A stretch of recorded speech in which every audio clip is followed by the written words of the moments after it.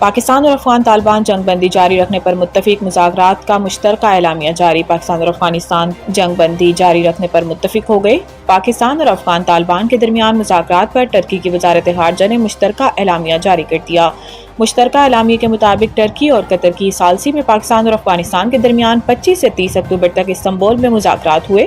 یہ مذاکرات دوحہ میں 18 اور 19 اکتوبر کو طے پانے والے جنگ بندی معاہدے کو مضبوط بنانے کے لیے منعقد کیے گئے۔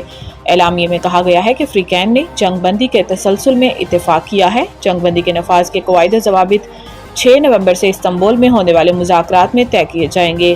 فریقین نے جنگ بندی پر عمل درآمد یقینی بنانے کے لیے نگرانی اور تصدیق کا ایک مشترکہ نظام تشکیل دینے پر بھی اتفاق کیا ہے، جو کسی بھی خلاف ورزی کی صورت میں ذمہ دار فریقین پر جرم عائد کرنے کا اختیار رکھے گا۔ تباہ کن اسلحہ کے ساتھ گھروں کو لوٹنے والے پناہ گزین نہیں، دہشت گرد ہیں۔ وزیر دفاع خواجہ آصف نے افغان وفد کے بیان کو بے بنیاد اور غیر منطقی قرار دیتے ہوئے شدید تنقید کی اور کہا کہ ٹی ٹی پی کے دہشت گردوں کا افغان سرزمین پر پناہ گزینوں کے طور پر موجودگی کا دعویٰ بالکل مضحکہ خیز ہے۔ واضح ہے کہ استنبول مذاکرات میں شریک افغان وفد نے دعویٰ کیا تھا کہ یہ دہشت گرد اپنے گھروں کو واپس جا رہے ہیں۔ سوشل میڈیا پر اپنے پیغام میں وزیر دفاع نے سوال اٹھایا کہ یہ کس طرح کے پناہ گزین ہیں جو اپنے گھروں کو انتہائی تباہ کن اسلحے سے لیس ہو کر واپس جا رہے ہیں۔ انہوں نے کہا کہ یہ کیسے پناہ گزین ہیں جو سڑکوں یا گاڑیوں کے ذریعے نہیں بلکہ چوروں کی طرح پہاڑوں کے دشوار گزار راستوں سے پاکستان میں داخل ہو رہے ہیں۔ خواجہ آصف نے افغان وفد کے موقف کو ان کی نیت کی بے ایمانی اور عدم صداقت کا غماز قرار دیتے ہوئے کہا کہ ان کا یہ بیان ان کی کمزوری اور عدم خلوص کو ظاہر کرتا ہے۔ خواجہ آصف نے مزید کہا کہ اگر افغان سرزمین پاکستان کے خلاف دہشت گردی کے لیے استعمال ہوئی تو پاکستان ہر قیمت پر جواب دے گا۔ کوئٹہ میں موبائل انٹرنیٹ ڈیٹا سروس معطل۔ محکمہ داخلہ بلوچستان کی جانب سے جاری بیان میں بتایا گیا ہے کہ موبائل فون ڈیٹا سروس امن و امان کی صورتحال کے باعث 24 گھنٹے کے لیے بند کر دی گئی ہے۔ محکمہ داخلہ بلوچستان کا بتانا ہے کہ موبائل فون ڈیٹا سروس آج رات 12 بجے تک بند رکھی جائے گی۔ ڈیٹا سروس بند ہونے سے طلباء، کاروباری حضرات، آن لائن خدمات سر انجام دینے والے صارفین کو مشکلات کا سامنا کرنا پڑے گا۔ یاد رہے کہ کچھ عرصہ قبل کوئٹہ سمیت بلوچستان کے مختلف اضلاع میں موبائل فون انٹرنیٹ سروس کئی روز کے لیے معطل رکھی گئی تھی۔ بعد ازاں صوبائی حکومت نے بلوچستان ہائی کورٹ کے حکم پر عمل کرتے ہوئے 16 روز بعد صوبے میں انٹرنیٹ سروس بحال کر دی تھی۔ سعودی عرب نے عمرہ ویزا پالیسی میں اہم تبدیلیاں کر دیں۔ سعودی عرب کی وزارت حج و عمرہ نے عمرہ ویزا ملنے کے 1 ماہ کے اندر سفر لازمی قرار دے دیا۔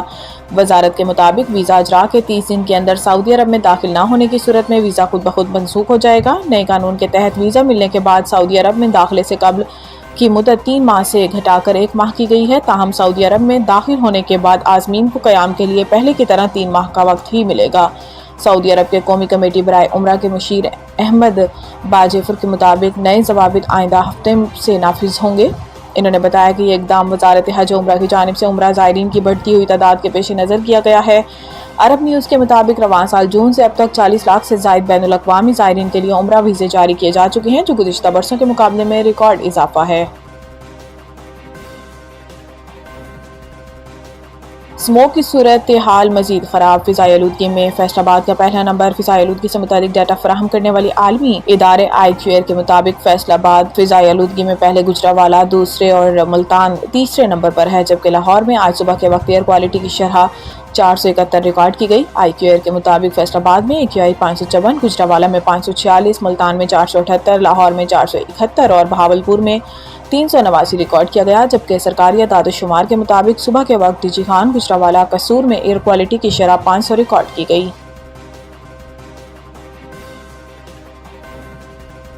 ٹیسٹ کرکٹ کی تاریخ میں انقلابی قدم۔ چائے کا وقفہ کھانے سے پہلے نیا شیڈول متعارف۔ بھارتی اور جنوبی افریقہ کی ٹیموں کے درمیان 22 نومبر کو گوہاٹی میں ہونے والے دوسرے ٹیسٹ میچ میں اس نئی ترتیب کو آزمایا جائے گا۔ بھارتی میڈیا کے مطابق یہ فیصلہ مشرقی بھارتی خطے میں سورج کے جلد طلوع اور غروب ہونے کی وجہ سے کیا گیا ہے، جہاں گوہاٹی میں سورج دیگر بھارتی شہروں کی نسبت پہلے نکلتا اور غروب ہوتا ہے۔ اس تبدیلی کا مقصد یہ ہے کہ دن کے 90 اوورز قدرتی روشنی میں مکمل کیے جا سکیں۔